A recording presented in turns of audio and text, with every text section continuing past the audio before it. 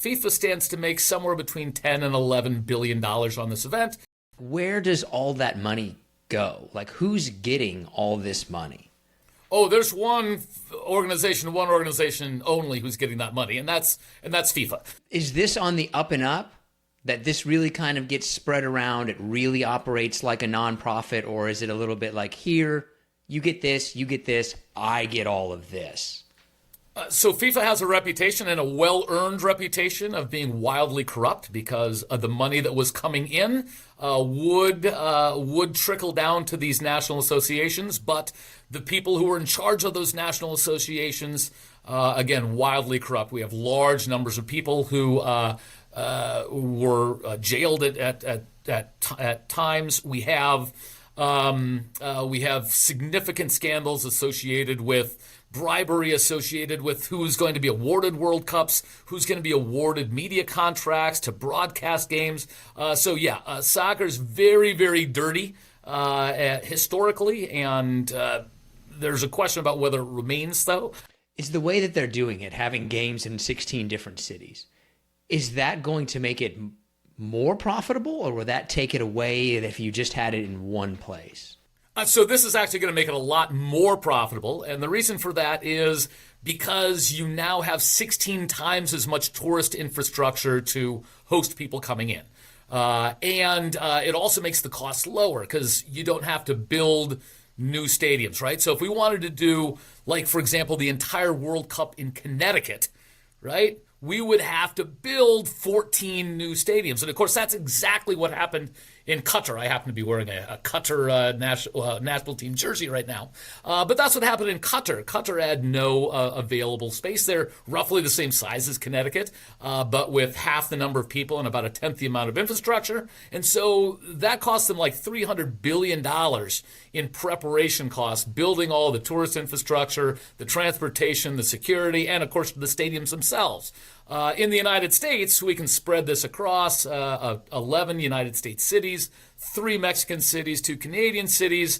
You don't need to build new airports in any of these places because, you might not be able to handle all of the World Cup traffic, but you can handle 1/16 of the World Cup traffic. You might not be able to handle all of the tourists, but you can handle 1/16 of those tourists, which means that you can accommodate a lot more people. So it's a much better event from potential economic impact than, for example, the Olympics, that are much more expensive and are much more limited in the number of people who can actually go to the games because there's only so many people who can come to Paris or LA, but the number of people who can come to the United States, Canada, and Mexico combined is much, much higher. Like, can this trickle down, right? So obviously the players are getting paid, the FIFA people are getting paid. Does the hot dog vendor outside of I live in Seattle, outside of the stadium, like, is this good for them too? Can this trickle down to everybody? Okay, so this is where we get into the grander social numbers here. So let's be very clear. World Cup is spectacular for FIFA.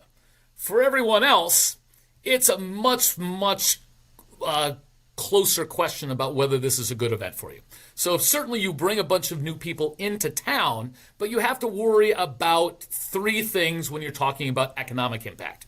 Thing number 1 is what's known as the substitution effect. And what the substitution effect is if a person in Seattle, where you are, or Boston, where I am, buys a World Cup ticket, that's an expensive ticket, right?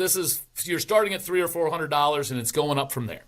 That's money that's not available for you in Seattle to go spend on the Mariners because we've all got kind of a fixed entertainment budget, and your FIFA ticket's going to use up a lot of that.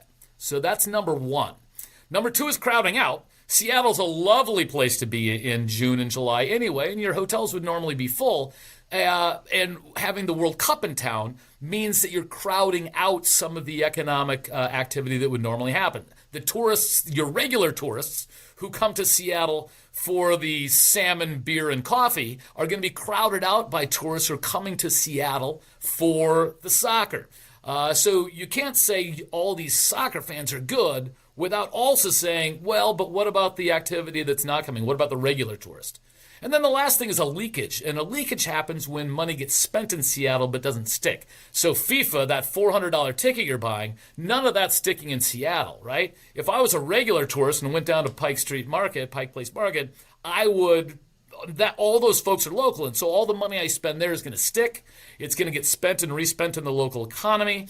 If I spend that money on World Cup tickets, that money immediately leaves the economy and never has a chance to benefit anyone in the city. So put all those together, and it's a much closer question about whether Seattle benefits in a huge way from the World Cup or not. Yeah, and then when you have, like, okay, you've got traffic concerns, you've got to have police officers that are there, you have to have the infrastructure to support. Like, who pays for that stuff? Is FIFA paying for that? Or is like, no, Seattle, you're on the hook for that? Oh, my sweet summer child, right? No, of course. Of course, FIFA wants to pass that on to other folks, right?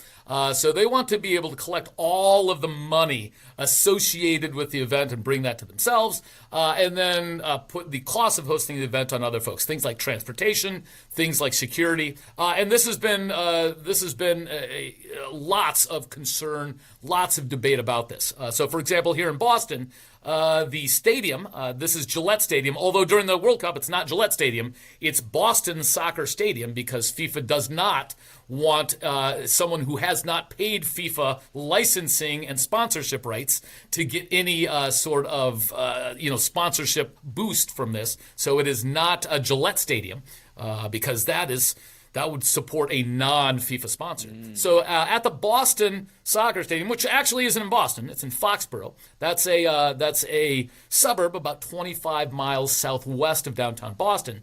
Tiny town. It's about 20,000 people in it. They said, well, it's on you guys for security, which is about an $8 million bill, they figured. And they said, look, we're a 20,000 person town. This would be like 35% of our total town budget for the year. We're not paying, and we're not going to let you have games here. We're not going to issue the license for you to have an event in town unless we see the money. And this was actually tiny town council in a little tiny town faced down FIFA and did it successfully, a lot more successfully than mayors of places like L.A. and New York have done, and got FIFA to cough up the security money.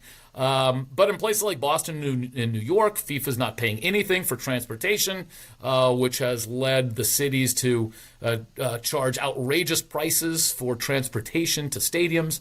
But this has been a concern, and rightly so. I think most taxpayers say, look, you're making $10, $11 billion on this. Part of that, cost of doing business should be paying for the things you need to do business, like getting your customers to the event and making sure they're safe while they're there.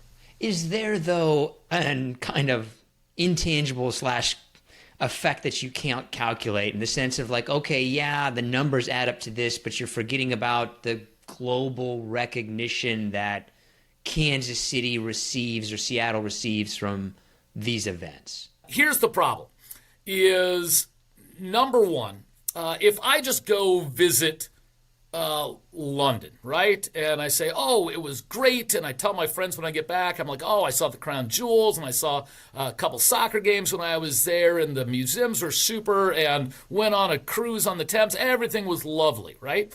And then people want to go to London in the future. On the other hand, if I go to the London Olympics, what I say is like, oh, it was awesome. I went to one of the soccer matches, and it was like 5-4. It was the greatest match I ever saw. And then when we were going home from that, we actually met the Dutch handball team, and we got autographs with all them. And then we went to the basketball final, and we were actually there for the gold medal of gymnastics. It was fantastic. And when you go back and tell your friends, they say, oh, that sounds awesome. But they don't say, I want to go to London. They don't say, well, I want to go to Paris. They say, I want to go to the Olympics. And so the tourism effect doesn't help the city like Seattle or Kansas City. It makes people want to go to the next Olympics in L.A. or the next World Cup in Spain or Portugal. So your legacy tends to be a World Cup legacy rather than a tourism legacy for the folks there.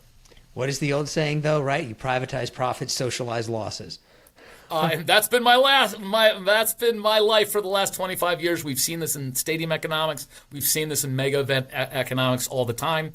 I will say that we do have some good economic evidence that hosting these events really is fun. It is a big party. People will enjoy it. So we do have some evidence that mega events like the World Cup make us happy. We just don't have a lot of evidence that they make us rich.